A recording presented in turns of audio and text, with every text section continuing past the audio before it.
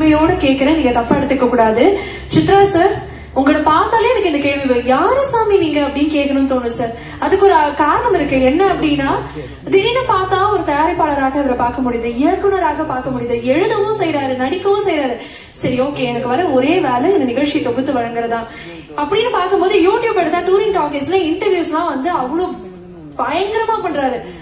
இப்ப இவருக்குள்ள இவ்வளவு திறமைகள் இருக்கா? உண்மையாலுமே யாரு சாமி நீங்க அப்படிங்கிற ஒரு கேள்விதான் சார் எனக்கு எப்பயுமே வரும். ட்ரூலி டேலண்டட் அண்ட் எப்பயுமே வியப்பும் ரொம்ப ஆச்சரியமும் நிறைந்திருக்கும் உங்களை பார்க்கும்போது. சோ நீங்க இங்க வந்தது எங்களுக்கு ரொம்ப ரொம்ப சந்தோஷம். and we definitely want you to have few words with us. So we request you to be on the dais. We request Suresh sir as well to join us. ஒரு கன்ஸ்ட்ரக்டிவ் கிரிட்டிக்காக இருந்திருக்கீங்க. இப்ப இந்த படத்தை பத்தி என்ன சொல்ல காத்திருக்கீங்கன்னு கேட்கறதுக்கு எனக்கு ரொம்ப ஆர்வமாக இருக்கு. So over to you.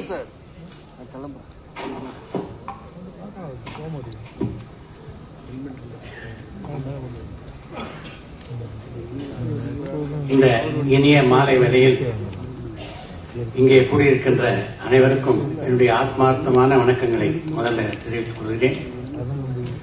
அன்பு, அகிம்சை, அமைதி போன்ற பல விஷயங்களை சொன்னவர் தான் சத்யசாய் பாபா.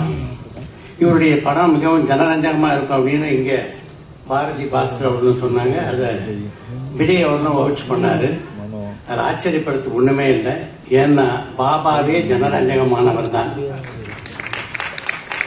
ஏன்னா மக்கள் கிட்ட இருந்து எந்த காலகட்டத்திலும் விலகி இருந்தவர் இல்லை. அவர் மக்களோடவே ஒன்றாக பயணித்தவர். அதனால அவருடைய திரைப்படம் வந்து ஜனரஞ்சகமா இருக்கிறதுல ஆச்சரியப்படுறதுக்கு ஒண்ணுமே இல்லை. எனக்கு இந்த படத்தை பொறுத்த வரைக்கும் திரு ரத்னாகர் அவர்களும் நம்முடைய கிரீஷ் கிருஷ்ணமூர்த்தி அவர்களும் சுரேஷ் கிருஷ்ணாவை எப்படி செலக்ட் பண்ணாங்க அப்படின்னு நான் யோசிச்சு பார்த்தேன். பாட்ஷா பண்ணவர், அண்ணாமலை பண்ணவரை இந்த அனந்தா படத்தை டைரக்ட் பண்றதுக்கு எப்படி செலக்ட் பண்ணாங்க. அப்புறம் தான் எனக்கு தோணுச்சு, யாரை பற்றிய படம் இது? மிகப்பெரிய ஒரு குருவை பற்றிய படம். யார் குருவின் மீது மிகுந்த மரியாதை வைத்திருக்கிறார்களோ அவர் இந்த படத்தை டைரக்ட் பண்றதுதானே சரியா இருக்கும். ஏன்னா தன்னுடைய குருவான பாலச்சந்தர் மீது அளப்பரிய மரியாதை கொண்டவர் தான் வந்து சுரேஷ் கிருஷ்ணா. அப்படி குருவை மதிக்கின்றவரா இருக்கிறதுனால தான் அவரை இந்த படத்தை டைரக்ட் பண்ண செலக்ட் பண்ணாங்க அப்படின்னு எனக்கு தோணுச்சு. அப்புறம் இன்னொரு விஷயம் நாம் பார்க்கலாம். அவரை பொறுத்த வரைக்கும், சுரேஷ் கிருஷ்ணா பொறுத்த வரைக்கும் எப்பவுமே லக்கி. சினிமா உலகத்துடைய சூப்பர் ஸ்டாரா இருந்தாலும் சரி, ஸ்பிரிச்சுவல் உலகத்துடைய சூப்பர் ஸ்டாரா இருந்தாலும் சரி, அவங்க படத்தை டைரக்ட் பண்ணக்கூடிய வாய்ப்பு அவருக்கு தான் அமையும் அப்படின்னு நினைக்கிறேன். இந்த படத்தை மிக அழகாக, இப்ப நமக்கு இந்த பாடலையும் இந்த டீசரை பார்க்கும் போதே தெரியுது, இந்த படம் இன்னொரு வகையில வந்து என்னுடைய மனதுக்கு மிகவும் நெருக்கமான படம். ஏன்னா எனக்கு ரொம்ப வேண்டப்பட்டவங்க எல்லாமே இந்த படத்தை இருக்காங்க. ஒன்னு, என்னுடைய அருமைக்குரிய நண்பர் தேனிசை தென்றல் தேவா. அவரை மாதிரி ஒரு மனுஷன் இந்த உலகத்துல பார்க்கவே முடியாது. இது மாதிரி மியூசிக் டைரக்டர் நிறைய பேர் பார்க்கலாம், தேவா மாதிரி மியூசிக் டைரக்டர் நிறைய பேர் நீங்க பார்க்கலாம், தேவா மாதிரி மனிதரை பார்க்கவே முடியாது. அப்படிப்பட்ட ஒரு மனிதர். அவரோட நெருங்கி பழகினவனுக்கு இன்னும் நல்லா தெரியும் அவரை பத்தி. அதே மாதிரி இந்த படத்தில் நடித்த நட்சத்திரங்கள், நான் சுகாசினி பத்தி நினைப்பவே நினைச்சுக்குவேன். திறமை இருந்ததுன்னா எந்த காலகட்டத்திலும் வந்து இந்த கலை உலகம் கைவிடாது அப்படின்றதுக்கு சுகாசினி ஒரு சிறப்பான உதாரணம். இன்றைக்கு நல்ல நல்ல கதாபாத்திரங்கள் சுகாசினியை தேடி வருதுன்னா அதுக்கு முக்கியமான காரணம் அவருடைய நடிப்பு திறனை இன்றைக்கு வந்து திரையுலகம் வந்து சரியாக பயன்படுத்திக் கொள்ள வேண்டும் என்று நினைப்பது தான்.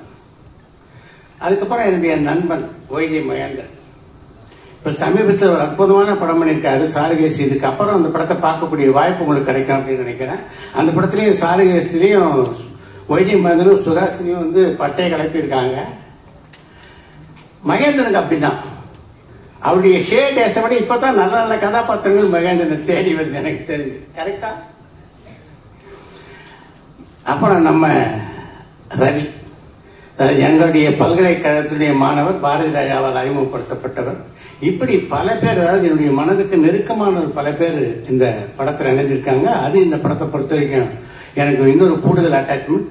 இந்த படம் வெற்றி பெறதுல வந்து ஆச்சரியப்படுறதுக்கு ஒண்ணு இல்லை. ஆனால் இந்த படம் வெற்றி பெறும் இங்க சொல்றதே சரியா இருக்கான்னு நினைக்கிறேன். ஏன்னா இது ஏற்கனவே வெற்றி பெறும் என்று உறுதி செய்யப்பட்ட ஒரு படத்தை பற்றி தான் நம்ம இன்னைக்கு பேசிட்டு இருக்கோம். இந்த வாய்ப்பை நான் வந்து அப்பப்ப சினிமாலாம் நடிக்கிறேன். ஆனாலும் சுரேஷ் அந்த படத்தை நடிக்கிற வாய்ப்பு கொடுக்கலன்னாலும் இந்த மாதிரி பேசுற வாய்ப்பு கொடுத்து அதை உறவு நிறைய பண்ணிட்டாரு.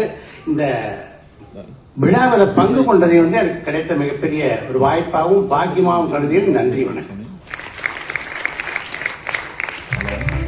நீங்க சொன்ன மாதிரி அந்த கொலாபரேஷனுக்காக நாங்களுமே காத்துட்டு இருக்கோம். Thank you so much Chitra sir.